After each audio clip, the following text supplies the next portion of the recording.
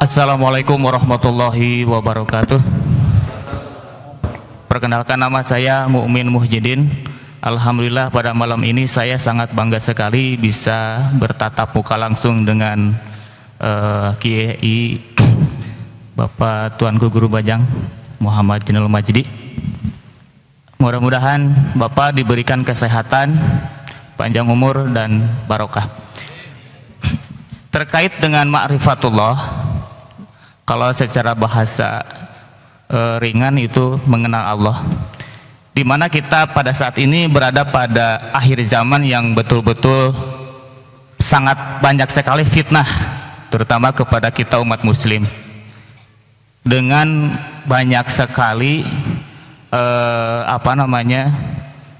fatwa yang menurut saya secara pribadi antara tokoh agama, khususnya tokoh-tokoh Islam dari berbagai organisasi itu saling bertolak belakang, saling serang.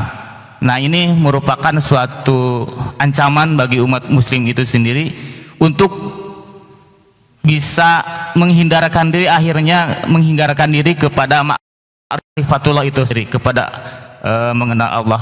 Nah, bagaimana menurut Ustadz mengenai situasi yang seperti ini, di mana para tokoh agama pada saat ini, akhir zaman ini, cenderung lebih mementingkan emosionalnya sendiri ketimbang menurut saya merajut nilai-nilai ukhuwah Islamiyah. Mungkin itu yang bisa saya sampaikan. Tanggapan dari Ustadz bagaimana mengenai fatwa-fatwa dari tokoh-tokoh agama khususnya Islam yang cenderung tidak bisa mensinkronkan, menguah-kuahan, menyatukan umat muslim Indonesia pada khususnya. Itu saja yang bisa saya sampaikan. Billahi taufik wal hidayah. Wassalamualaikum warahmatullahi wabarakatuh. Terima kasih. Perbedaan pendapat itu sudah ada sejak zaman Nabi kita, Nabi besar Muhammad sallallahu alaihi wasallam. Dulu ada dua sahabat yang bepergian. Lalu ketika masuk waktu tidak ada air, maka kemudian keduanya tayamum. Setelah tayamum, sholat dua-duanya, kemudian berjalan lagi, tiba-tiba ketemu air. Yang satu menganggap bahwa sudah cukup tayamum yang tadi dan sholat yang tadi, gak perlu diulangi. Sahabat yang satu merasa bahwa karena ketemu air, maka dia harus berwudu dan kemudian mengulang sholatnya. Ketika sampai ke Madinah, keduanya menghadap Rasul, lalu Rasul mengatakan, cukup seperti yang dilakukan oleh ini, menunjuk kepada yang tayamum saja. Lalu setelah itu beliau menunjuk kepada yang satu lagi, dan kamu dapat 2 pahala. Itulah Rasulullah SAW. Jadi kalau ada pendapat para ulama yang berbeda, pilihan berada pada kita, mau ambil yang mana. Dan jangan dimaknakan bahwa karena berbeda pandangan itu berarti mereka tidak ada ukhuwahnya. Enggak.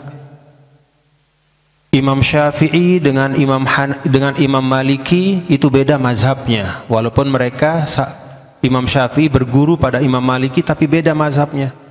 Pendapatnya banyak yang berbeda. Kalau Imam Syafi'i misalnya, sentuhan antara laki-laki dan perempuan itu membatalkan wudhu. Mau sengaja nggak sengaja, itu pendapat yang kuat, batal wudhunya. Kalau mazhab Maliki tidak.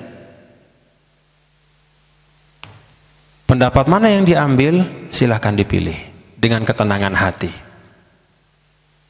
Bagaimana hubungan antara mereka berdua? Sangat akrab.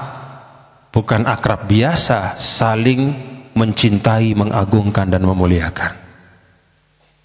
Jadi kalau ulama kita sekarang misalnya ada satu yang berfatwa A, lalu ada yang lain berfatwa B, yang A ini berdasarkan mazhab A, yang B ini ada mazhabnya yang lain, bersandar masing-masing kepada ayat-ayat atau hadis Rasulullah Sallallahu Alaihi Wasallam, atau kalau tidak ada ayat, tidak ada hadis, menggunakan metode pengambilan hukum yang berbeda, atau menggunakan metode yang sama tapi hasilnya berbeda. Itu kaya betul.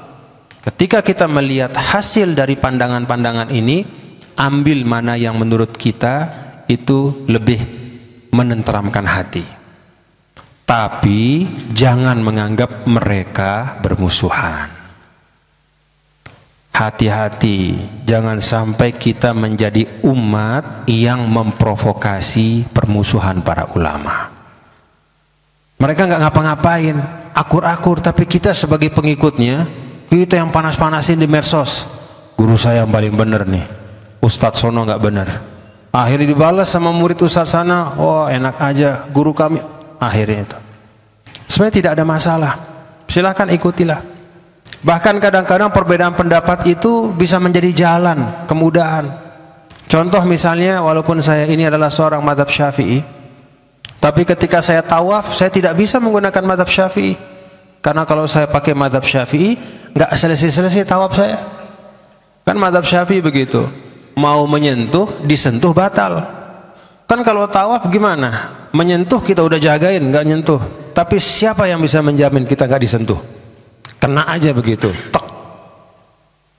Kalau menggunakan pendapat yang paling kuat dalam mazhab Syafi'i, ya nggak bisa selesai-selesai. Maka ya untuk tawaf itu ya pindah. Saya pindah untuk mengikut kepada mazhab Malik. Jadi tidak masalah. Selama ada dalilnya, tidak masalah. Yang saya lihat sekarang kadang-kadang, mohon maaf nih, anggotanya lebih galak daripada